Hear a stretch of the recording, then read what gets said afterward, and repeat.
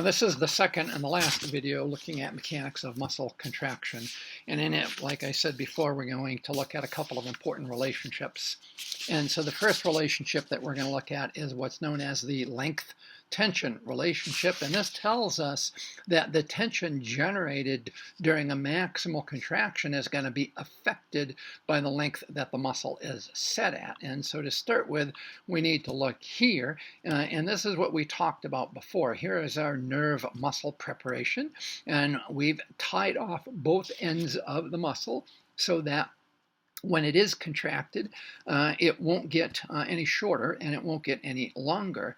And so we will stimulate it to do a maximal contraction, and then we'll reset the length. And so we can either start at a long length and shorten it as we go along, or we can start at a shorter length and lengthen it as we go along.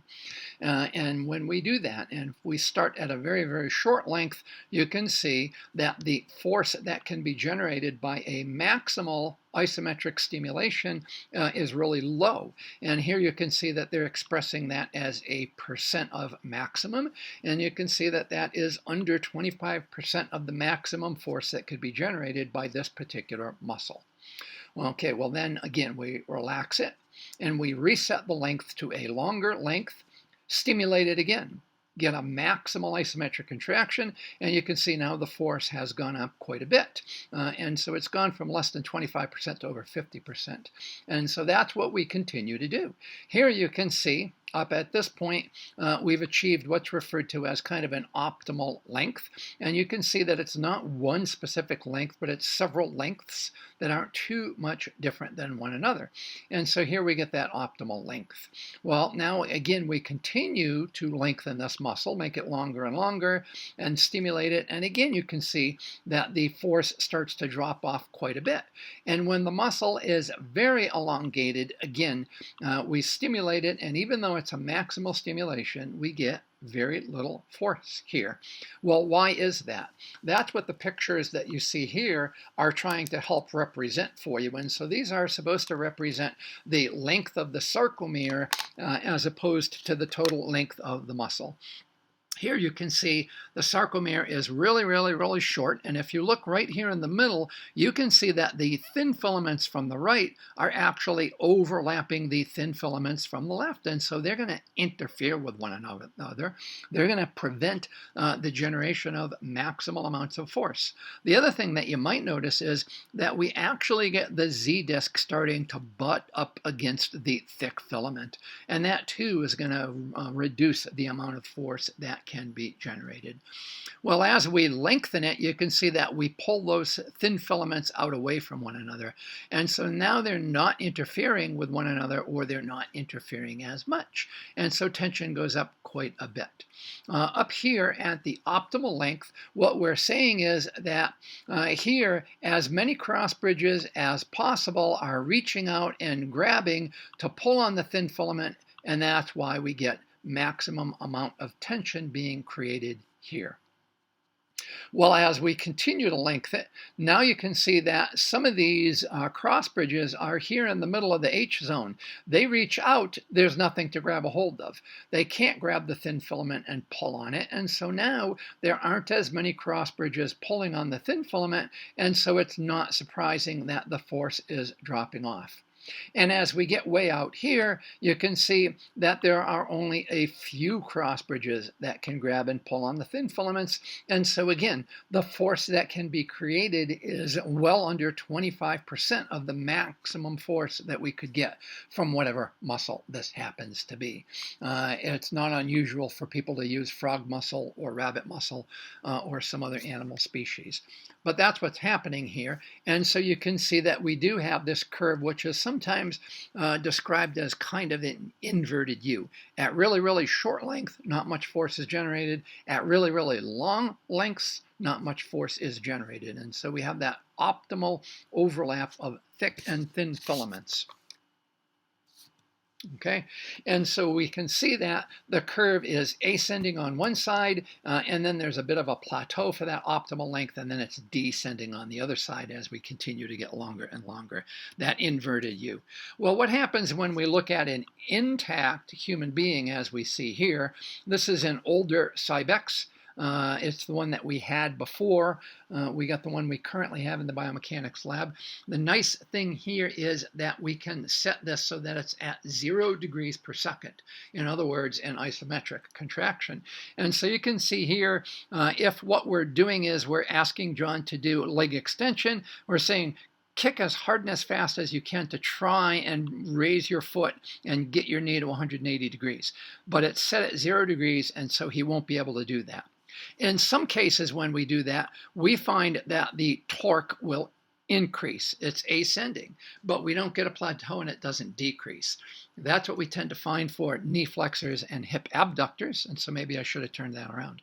In other cases, we get what's referred to as a descending torque curve. That's what we find for our hip abductors. Torque is just a force that will attempt to create rotation. Those of you who've had biomechanics or physics, you should understand what we mean by torque. And then the third possibility is that we start to get something that looks a bit like the length-tension relationship. And so it's ascending, it reaches a maximum, and then it's descending. And that's what we find for elbow extensors and flexors, plantar flexors, and the knee extensors, as we're looking at down here. So knee extensors. And here you can see just some generalized curves to illustrate that. Here's the ascending curve. And so this could be for knee flexors, hip abductors.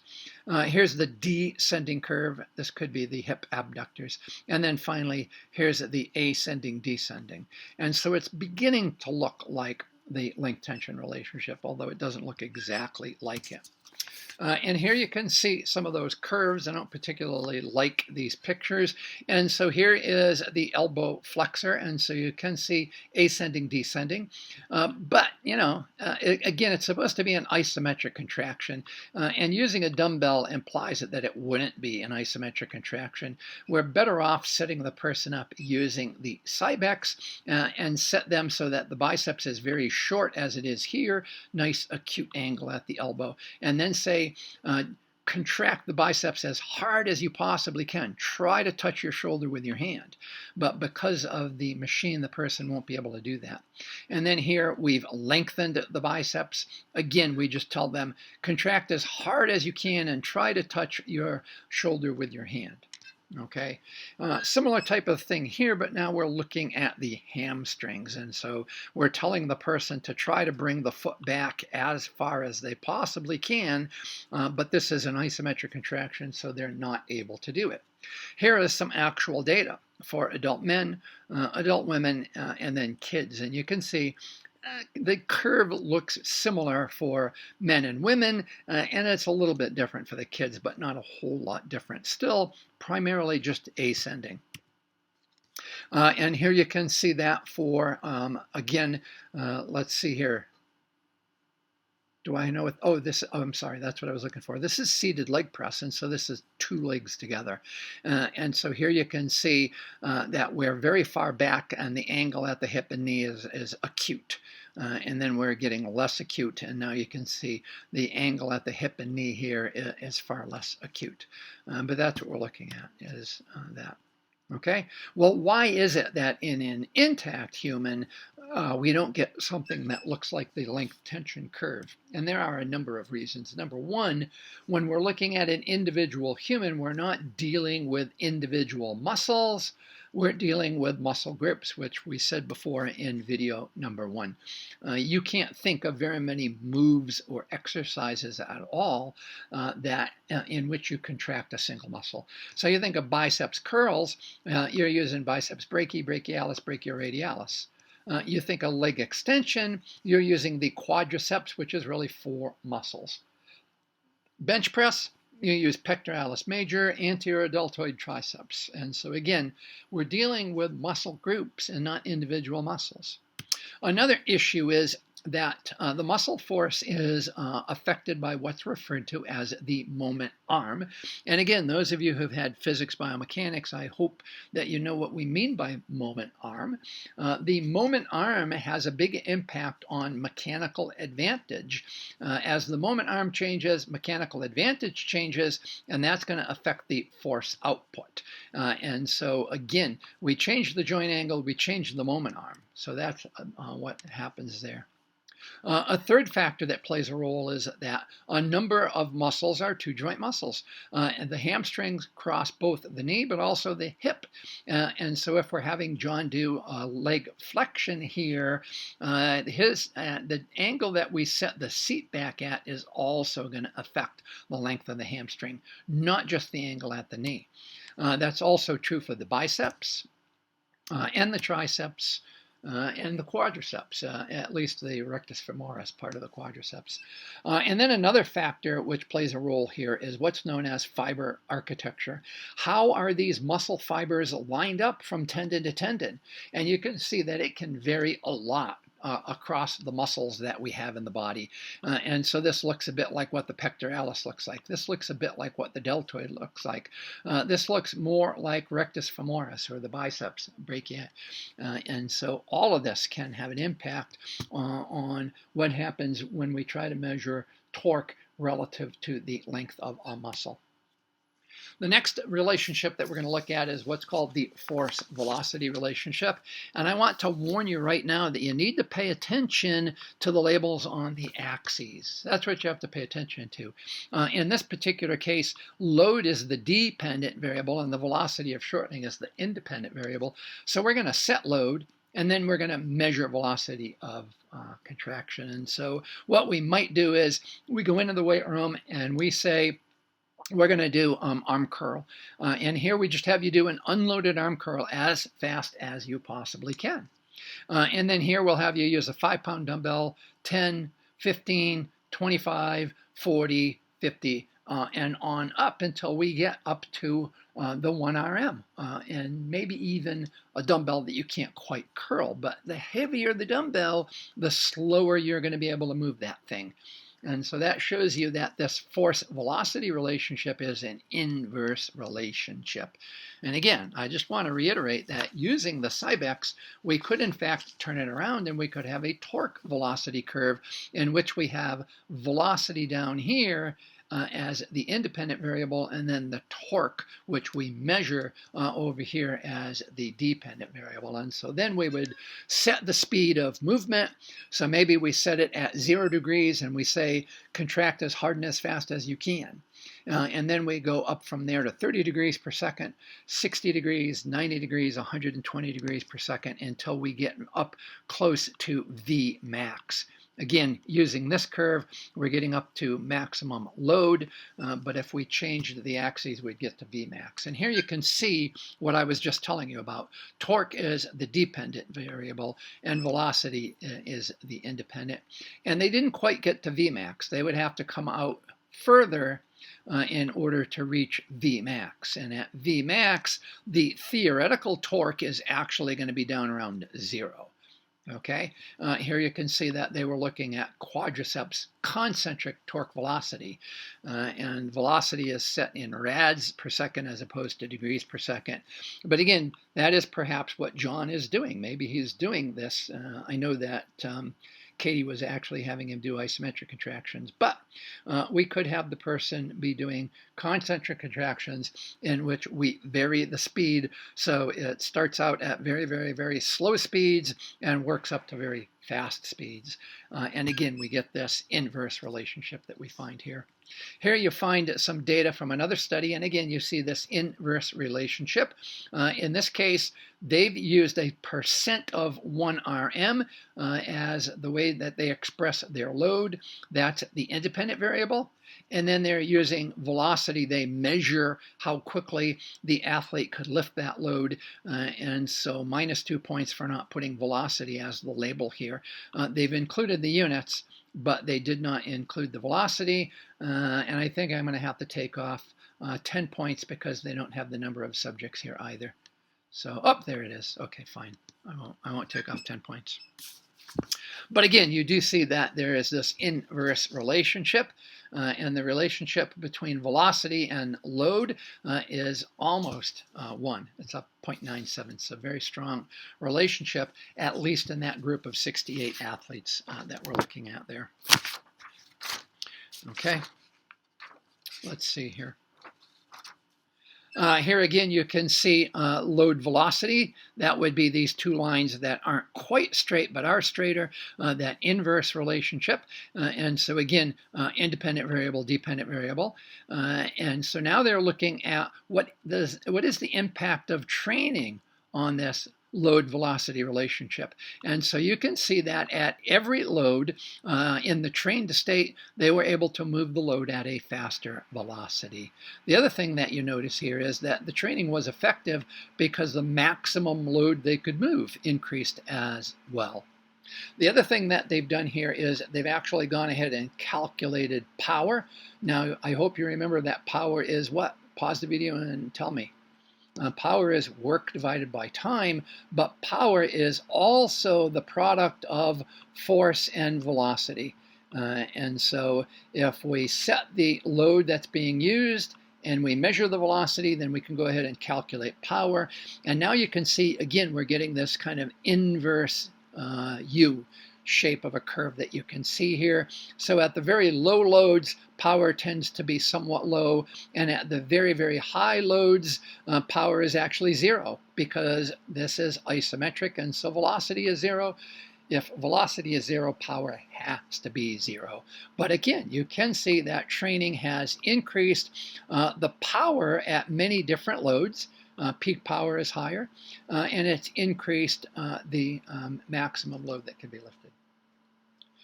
Here you can see torque-velocity relationship, looking at a group of people who is primarily type 2 muscle fibers compared to a group of people who are primarily type 1 muscle fibers. And so at a given velocity, the group that is primarily type 1 fibers is going to be able to generate a lower percent of maximum torque. The group that has more type 2 fibers generates a higher percent of maximum torque. And so you see the effects of training both on force, velocity, power, load, and also the torque velocity. Now I do again want to remind you that you need to pay attention because in some cases we're going to look at power velocity, not power load. And so here in fact there it is. There you can see that. So here's power velocity. And so again, we set the velocity 30 degrees per second. Actually, we'll start at 0.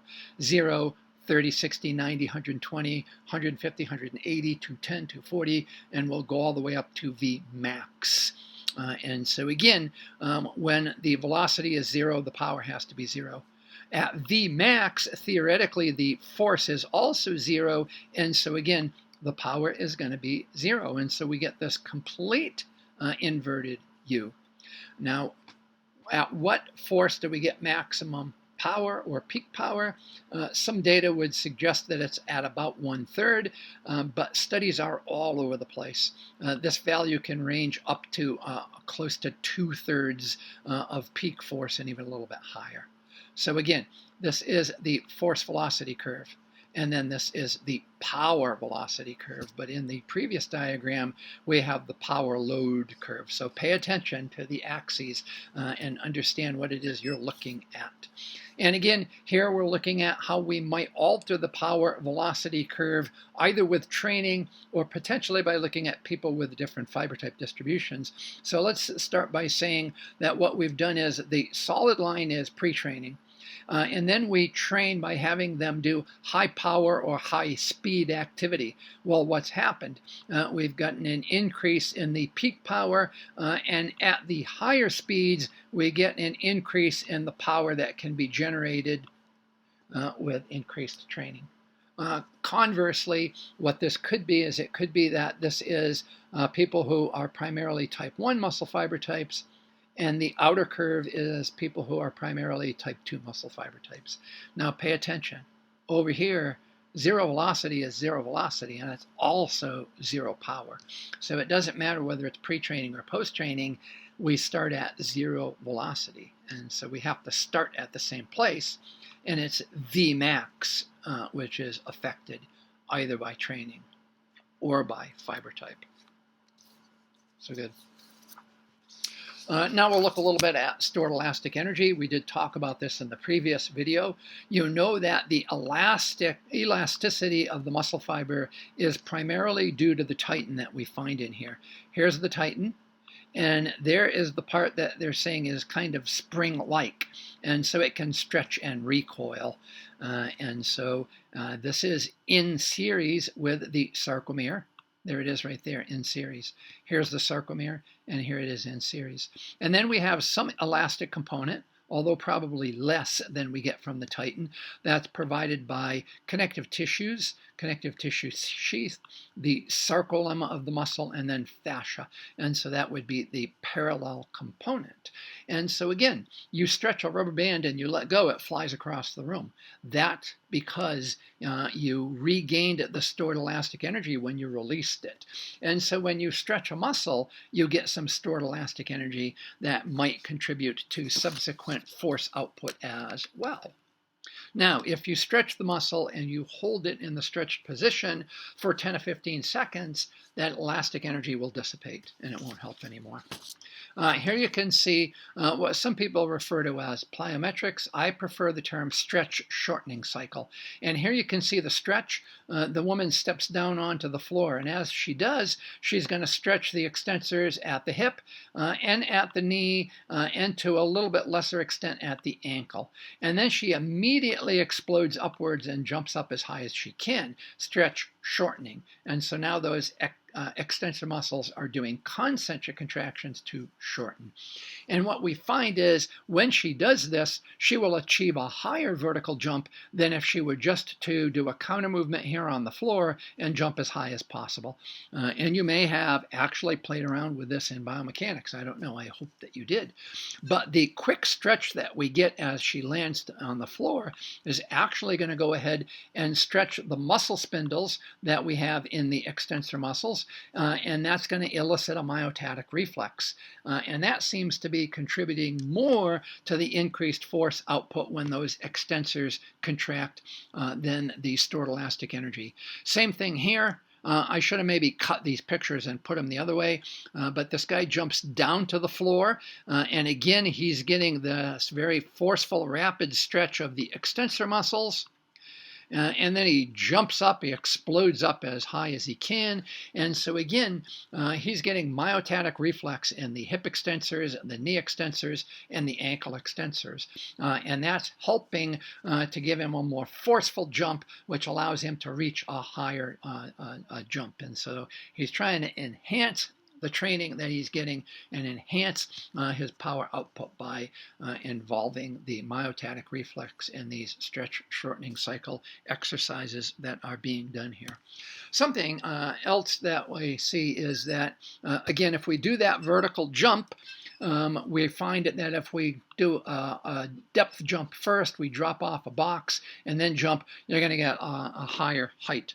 It turns out that there is an optimal amplitude. If the amplitude is too small, there's not enough stretch, and so presumably you don't really activate the muscle spindles, or you don't activate as many muscle spindles. On the other hand, if the amplitude is too great, it seems to shut off that myotatic reflex, and so the amplitude has to be just right. I don't have good information here, but I suspect that training can alter the amplitude, and I think maybe you can get a greater amplitude and not shut off the myotatic reflex with training. But maybe somebody can do that as a senior thesis next year, and we'll find out. Okay, and then again, sudden stretching causes the stretch reflex. Okay, and then again, the stored elastic energy contributes a little bit there, but good question is how much. Where else is stretch shortening cycle being used? And it's being used by those of you who are baseball or softball players, play soccer, maybe do track and throw the shot or do something like that. And if you think about it, when you do your wind-up, you're actually stretching the muscles that are then going to contract and allow you to throw whatever the implement is that you're throwing. Same thing is true for those of you who are kickers, whether for soccer or football or something else. And so we use stretch shortening there as well. Another interesting thing that we find is that type 1 fibers are less elastic than type 2 fibers. And so maybe there's a qualitative difference in the tighten of the type 1 fibers than there is in the type 2 fibers. But it's interesting that that happens to be the case, and so maybe stretch shortening cycle or plyometric exercises are more effective in people who have lots of type 2 fibers.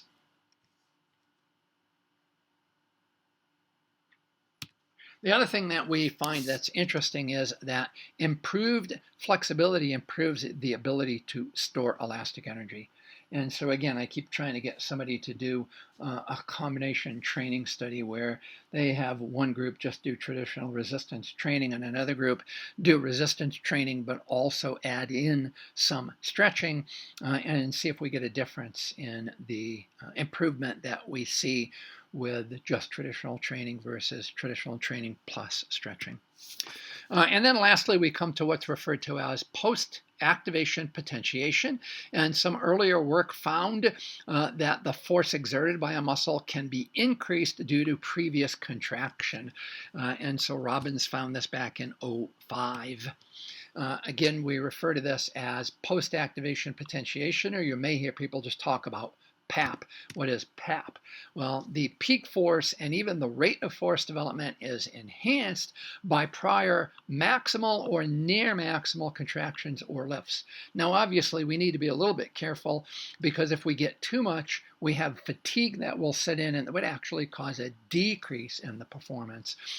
This has indeed been shown to increase performance of high power activities, and sprint performance showed moderate improvement in this particular study. And so PAP seems to increase the muscle's sensitivity to calcium with an increased actin-myosin interaction.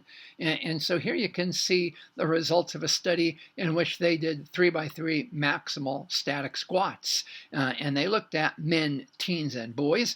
And here is the PAP, and then here is the non-PAP. And so you can see they only found statistically significant increases for the men.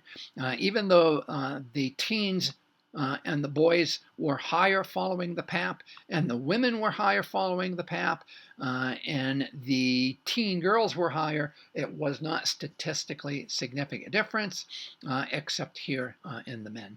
And so maybe PAP is also affected by the amount of experience you have as a resistance-trained athlete. And that brings us to the end of that. And we'll have one more video in which we look at the adaptations to resistance training.